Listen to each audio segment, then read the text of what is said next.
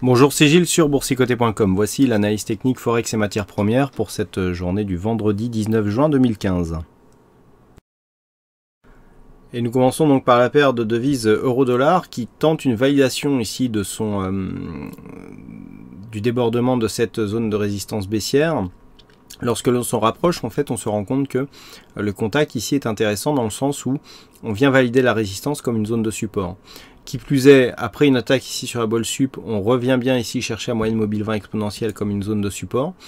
Donc avec cette phase de hausse ici qui est en train d'intervenir, on est dans une configuration où la paire de devises euro-dollar valide ici la poursuite de son mouvement haussier en direction donc de son récent point haut qui se situe ici à 1,1467.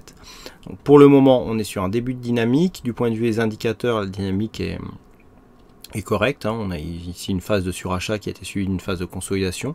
Le MACD suit le mouvement, donc techniquement il est tout à fait possible ici que si ce contact ici tient, eh bien on casse ici la zone des 1,1374 en direction ici des 1,1467. Donc on reprend, enfin on continue plutôt, puisque si nous regardons bien, nous avons donc le support qui tenait le triangle précédemment, qui continue à jouer, puisque nous avons ici le triangle donc, qui a été cassé par l'eau, ce qui était logique puisqu'on rentre dans cette figure par le bas, le triangle symétrique étant une figure de continuité. Donc on vient ici tester la pointe. Je rappelle que si la pointe est cassée, le triangle est invalidé, donc on repart à la baisse. Et donc sur ce contact ici, tant que l'on valide, eh bien on poursuit donc en direction ici de ce précédent point haut. Donc pour l'instant, techniquement c'est assez logique, mais on attend donc une confirmation par un test, voire une cassure de cette zone ici des 1,1467.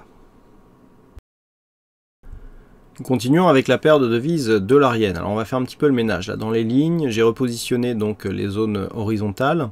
Donc pour mémoire, on a ici une phase de hausse qui a donné donc lieu à une extension de Fibonacci sur une précédente ici phase de baisse. Voilà, on était sur cette phase ici sur amplitude totale du range qui avait défini une extension de Fibonacci ici à 125,61. Donc nous avions vu que ce point ici qui avait été donné représentait un très bon objectif. Donc on voit encore que Fibonacci est très cohérent sur cette phase, mais maintenant eh bien on revient ici et marque un mouvement baissier. Donc c'est, je dirais, la fin de ce tracé qui normalement ne devrait plus nous donner de signaux significatifs. Donc on reste ici avec un tracé sur la vue court terme pour constater que les cours sont venus ici, on a cassé le 23,6, le 38,2 et on s'est approché du 50% avant de se repositionner ici entre le 23 et le 38,2%. Donc pour l'instant, d'un point de vue court terme, on est ici dans une phase où le repositionnement se fait sur une phase d'attente. On a marqué ici un point de consolidation et puis on est remonté, mais on redescend ici sur cette zone de support. Donc nouveau support repositionné à 122,55.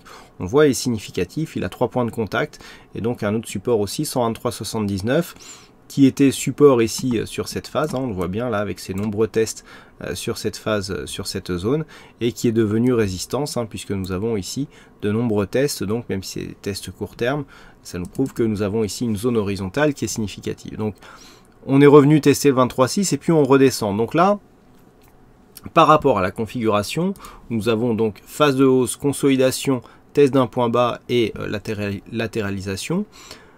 On a une perte de dynamique mais sans retournement. Sans retournement tant que cette zone ici que je viens de repositionner, 122,55, joue son rôle de support.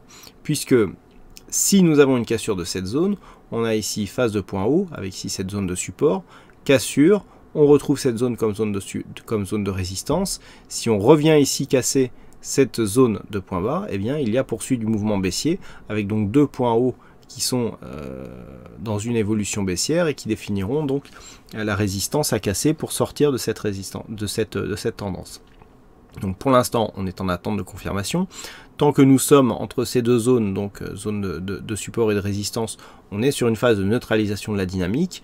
On deviendrait haussier si on veut arriver à casser ici ce retracement des 23,6%, ce qui sera un signal vers une rupture prochaine de cette zone de point haut qui se situe à 125,86.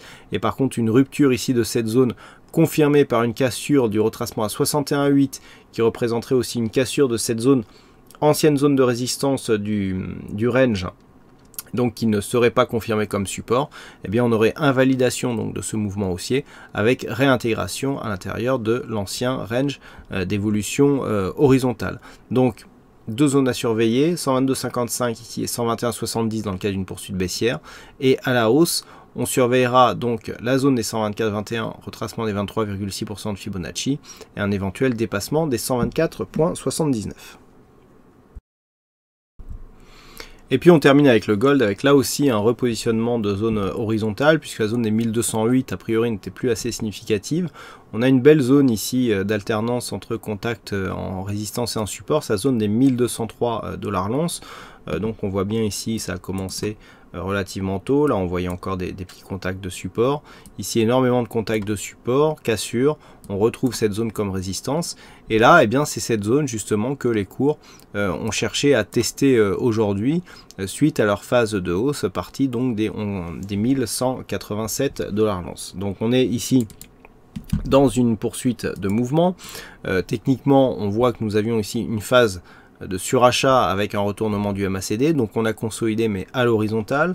Si on trace les retracements de Fibonacci, alors on va effacer les précédents pour avoir une meilleure lisibilité, eh bien nous avons des cours qui viennent tester le retracement des 23,6 mais sans le casser. C'est vraiment au pipe près là, hein.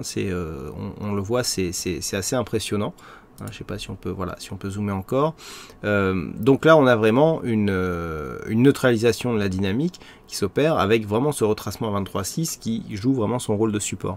Et donc, tant que nous sommes dans cette zone, on est toujours dans une dynamique qui reste haussière avec ici une phase horizontale donc de consolidation.